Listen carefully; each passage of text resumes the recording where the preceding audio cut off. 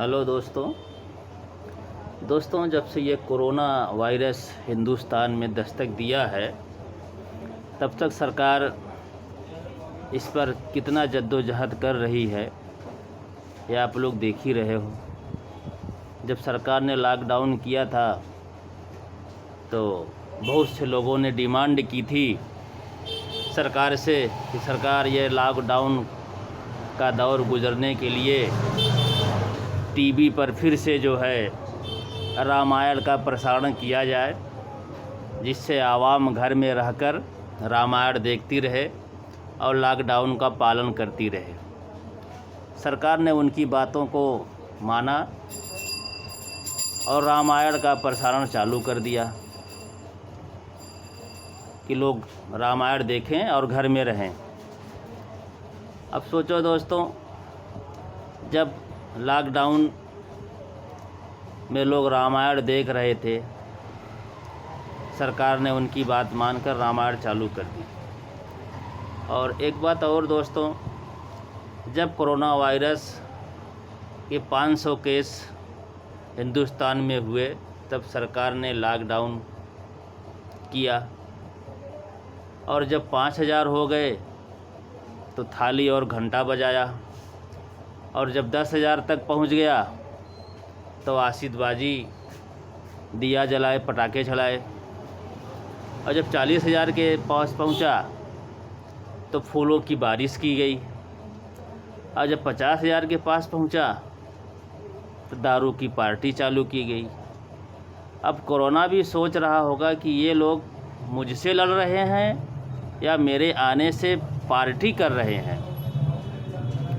ये भी एक सोचने वाली बात है दोस्तों।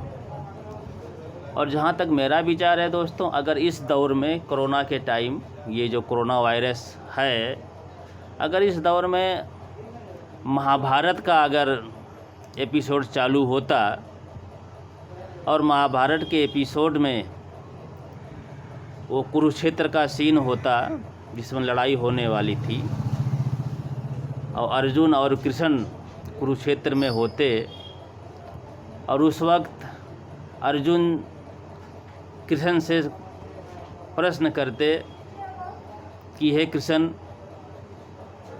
इस समय कोरोना वायरस के समय इस हिंदुस्तान में सबसे सुखी कौन सा इंसान है,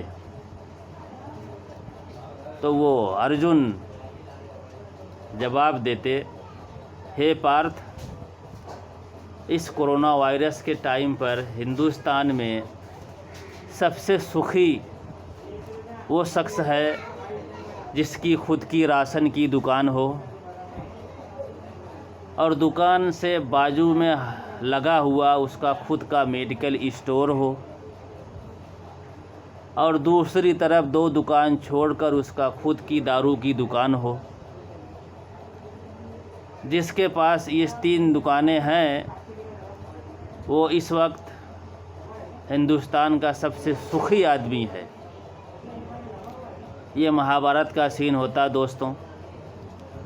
अब सरकार ने तो खुद बोल दिया है कि कोई भी शख्स सरकार के भरोसे न रहे, क्योंकि सरकार तो खुद शराबियों के भरोसे है, तो सरकार के भरोसे रहने की ज़रूरत नहीं है। सरकार खुद शराबियों के भरोसे हो गई है। अब शराब पीकर गाड़ी चलाना जब दंडनीय अपराध है तो शराब बेचकर देश चलाना कितना गंभीर अपराध होना चाहिए। दोस्तों, अगर बात अच्छी लगी हो तो कुछ लाइक और कमेंट करके बताएं। धन्यवाद।